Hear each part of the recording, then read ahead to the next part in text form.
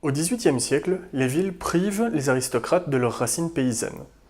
Une envie de dépaysement apparaît de plus en plus et une attention toute nouvelle et toute particulière est dédiée à la nature.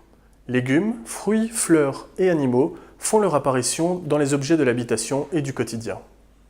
Le couvercle de la soupière de Jean-François Béguin, exposé ici, est un très bel exemple d'orfèvrerie qui se développe dans un contexte naturaliste.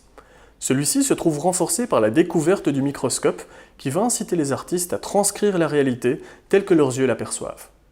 Le couvercle de la soupière est une pièce d'orfèvrerie remarquable dont il faut souligner l'excellente et la minutieuse réalisation. Il appartient toutefois à un ensemble, une paire de deux soupières ici séparées pour des raisons scénographiques.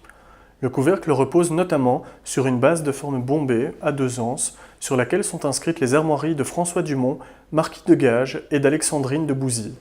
Par arrêté du gouvernement de la Communauté française, la paire de soupières a été classée le 26 mars 2010 en tant que trésor.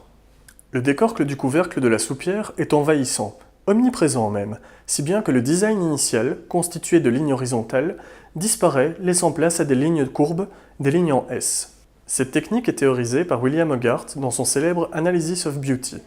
Dans cet ouvrage, l'artiste explique à ses lecteurs que le fait de visualiser des lignes courbes excite le spectateur, stimule son imagination et sa vivacité d'esprit, alors que l'emploi de lignes droites symbolise l'inertie, voire même la mort.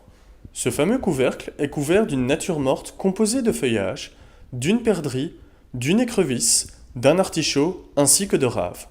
Ce sont ces différents éléments qui donnent cet aspect en S au couvercle et qui rendent cette pièce si étonnante et unique.